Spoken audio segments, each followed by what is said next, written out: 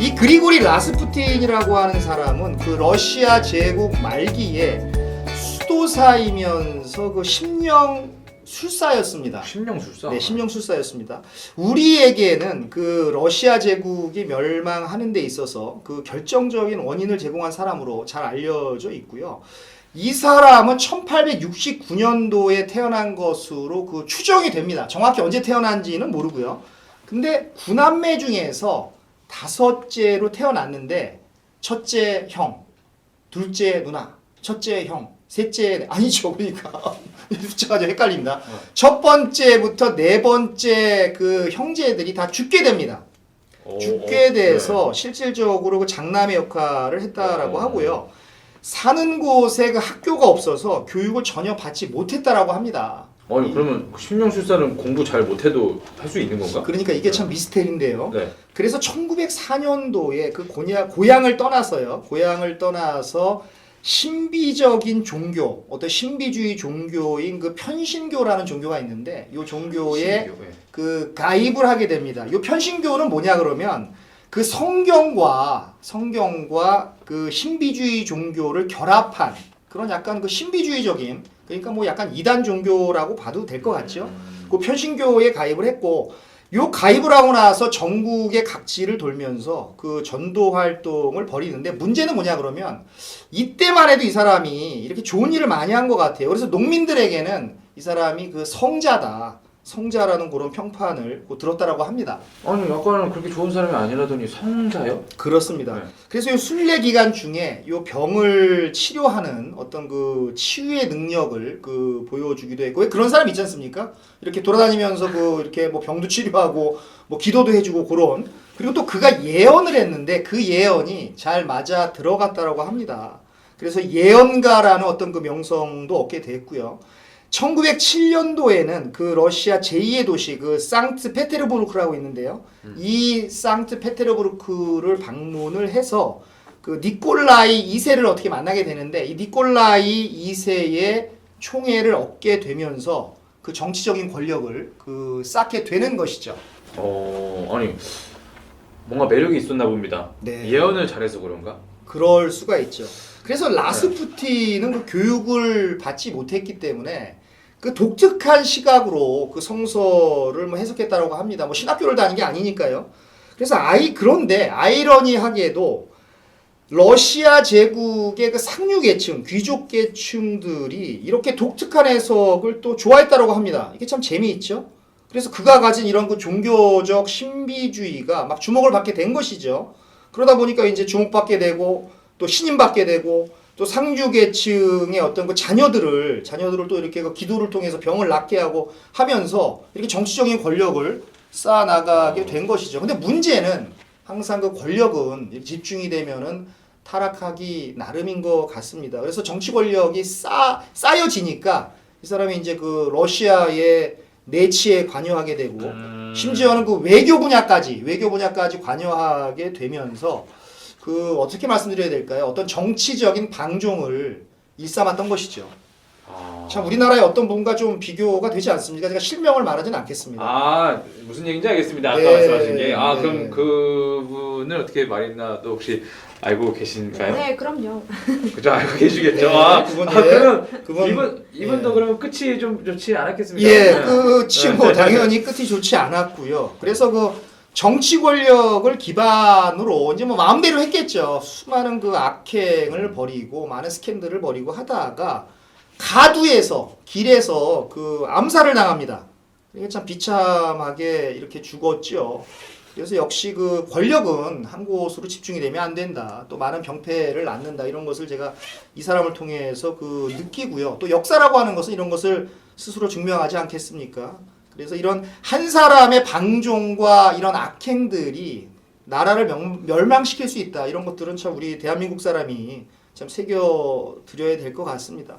그래서 뭐 러시아 제국에 이 사람이 정말 결정적인 멸망의 원인을 제공했는지는 정말 더 공부를 해봐야 되겠지만 뭐 살이 붙었겠죠. 악행을 많이 하니까 스토리텔링이 돼서 라스푸틴 하면은 뭐 러시아 제국을 멸망시킨 그런 그 사람이라고 말을 하는데 우리한테도 시사하는 바가 크다라는 것이 뭐 하나의 중요한 그 포인트가 되겠습니다.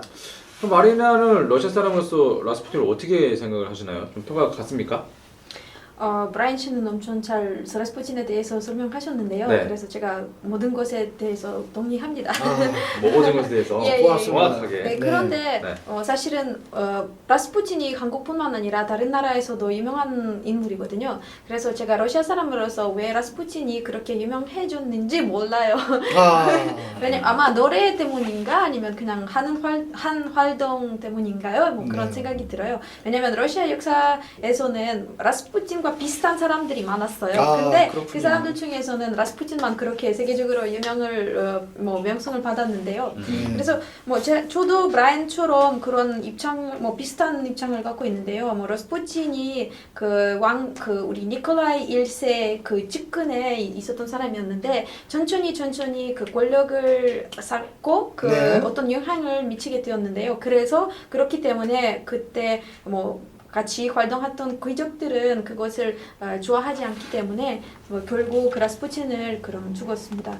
네, 그렇습니다. 그런데 아직까지는 라스푸틴에 대한 그런 비밀적인 정보 아직 잘 모르는 그 정보가 엄청 많거든요. 네. 예를 들어서 어떤 사람들은 그 영국 그 국정원 같은 기관들도 그 라스푸틴 그 죽음에 뭘 좀 어떤 영향을 줬다고 그런 사실도 있고요. 네. 그래서 아직은 그런 스토리에서는 그거 잘 모르는 부분이 많습니다. 미스터리가 좀 예. 있군요. 그렇습니다. 네. 아마 그룹 사운드 보니엠의 노래 그 라스푸틴하고 그 미국 맥주 라스푸틴이 한국에 들어왔거든요.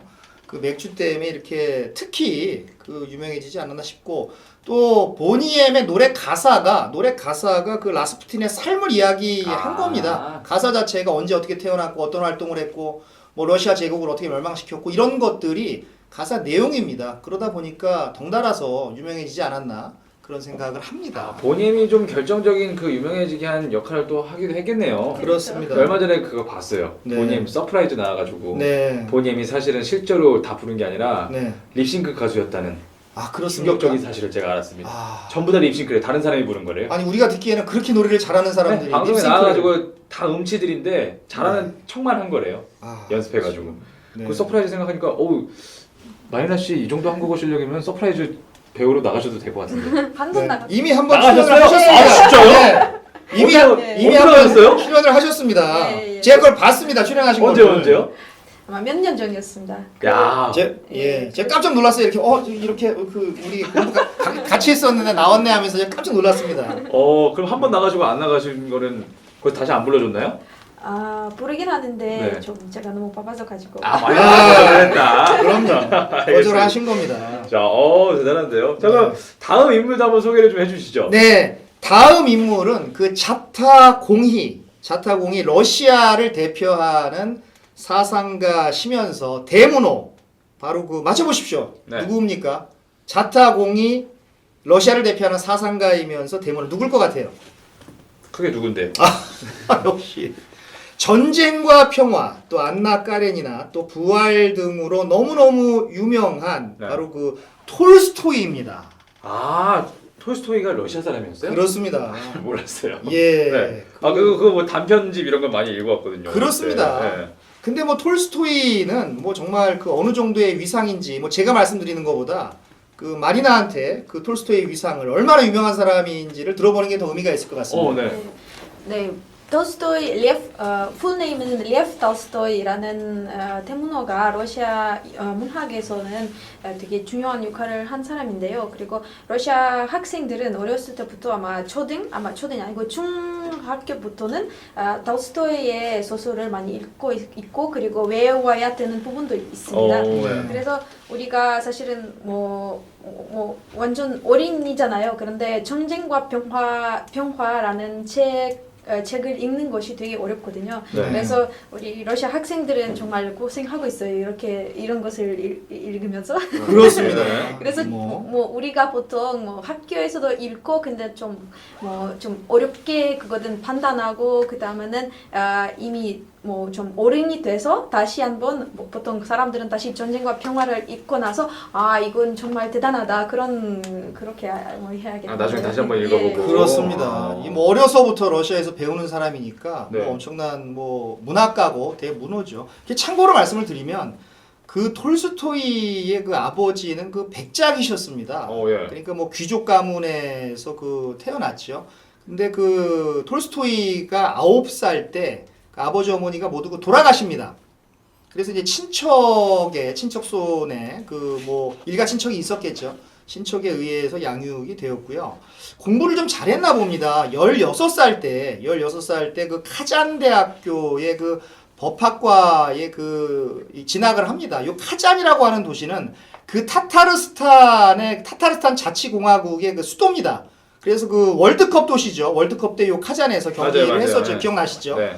그래서 그 진학을 했는데 대학 교육 방식의 회의를 느껴서 1847년도에 그 자퇴를 하게 된 것이죠.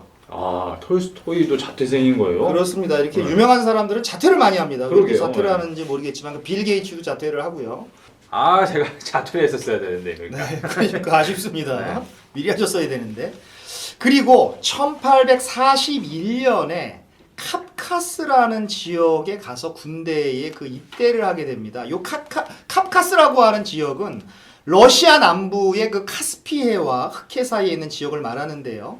그래서 1841년도에 입대를 해서 1845년도에 제대를 했으니까 몇 년 동안 한 것이죠? 5년 동안 한 건가요? 네. 이렇게 5년 동안 군대 생활을 했는데 이 군대 생활에서 많은 영감을 받고 나중에 그의 그 정말 일생의 역작 전쟁과 평화를 집필하는 데 있어서 큰 역할을 하게 됩니다. 군대 생활이요. 그리고 1857년부터 1861년까지 독일과 프랑스에 있는 여러 곳의 초등학교를 방문을 하면서 많은 것을 느끼게 됩니다. 왜 러시아에는 그 좋은 학교가 없지? 왜 이런 교육기관이 없지? 생각을 하게 되면서 러시아에 귀국해서는 그 학교를 설립하게 되는데 그런 동기를 독일과 프랑스에서 많이 배워오게 된 것이죠. 톨스토이가 학교도 설립을 했나요? 그렇습니다. 대단한데요? 네. 톨스토이. 네. 톨스토이는 참 이 농노를 위한 학교를 많이 설립했다라고 하는데 이 귀족들의 반대로 그 2년 만에 문을 닫았다라고 합니다. 그러니까 이런 뭐라 그럴까 학교를 설립하는 데 있어서도 너무 어려웠죠. 농노를 위한 학교요? 네. 농노가 뭐예요? 마리나 농노가 뭐예요? 농노 모르시나요? 트와이스의 농노는 아는데.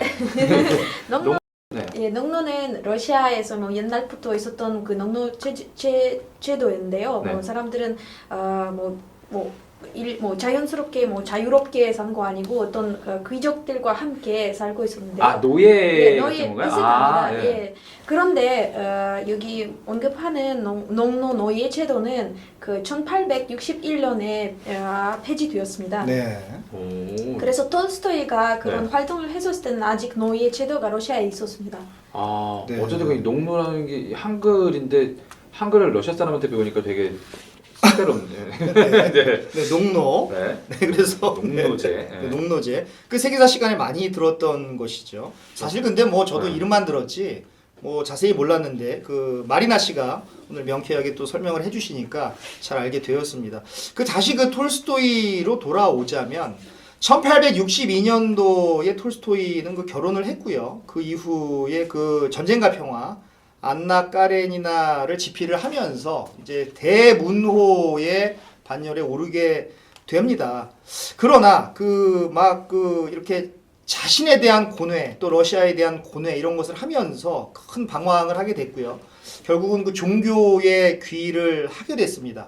네. 그래서 종교의 귀의를 하고 나서는 그 참회록이나 나의 신앙 그리고 교회와 국가라는 이런 그 작품을 발표하게 되지요. 그리고 마지막으로 1899년 인생의 역작 부활을 집필하게 됩니다.